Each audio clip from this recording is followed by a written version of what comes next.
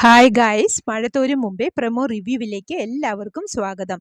അങ്ങനെ അലീന എല്ലാവർക്കും ഡ്രസ്സൊക്കെ വാങ്ങിക്കൊടുത്ത് ബബിതയ്ക്ക് വാച്ചും വാങ്ങിക്കൊടുക്കുന്നുണ്ട്. അത് കയ്യിൽ കെട്ടിക്കൊടുക്കുമ്പോൾ ബബിതയുടെയും അലീനയുടെയും കണ്ണുകൾ നിറയുന്നു. അന്നേരം ബബിത പറയുന്നുണ്ട്, ഞാൻ ഒരുപാട് ചേച്ചിയെ വേദനിപ്പിച്ചിട്ടുണ്ട്, അതിനെല്ലാത്തിനും എനിക്ക് മാപ്പ് തരണം എന്ന് അലീനയോട് പറയുന്നു. അന്നേരം അലീന പറയുന്നത്, എല്ലാവർക്കും സ്നേഹിക്കാൻ ഓരോ കാരണങ്ങൾ ഉണ്ടായിരുന്നു, നീ മനസ്സറിയാതെയാണ് എന്നെ സ്നേഹിച്ചത്.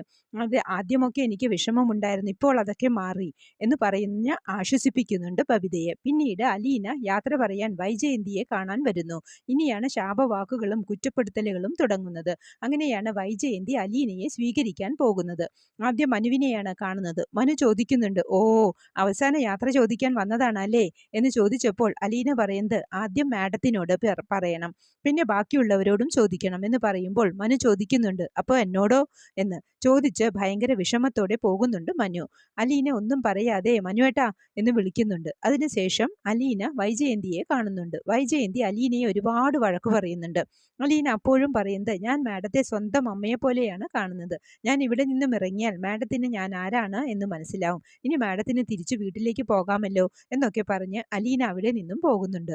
ഇത്രയുമാണ് പ്രൊമോ ആയി കാണിച്ചത്. പ്രൊമോ ഇഷ്ടമായെങ്കിൽ ലൈക്ക് ചെയ്യാനും ഷെയർ ചെയ്യാനും സപ്പോർട്ട് ചെയ്യാനും സബ്സ്ക്രൈബ് ചെയ്യാനും മറക്കരുത്.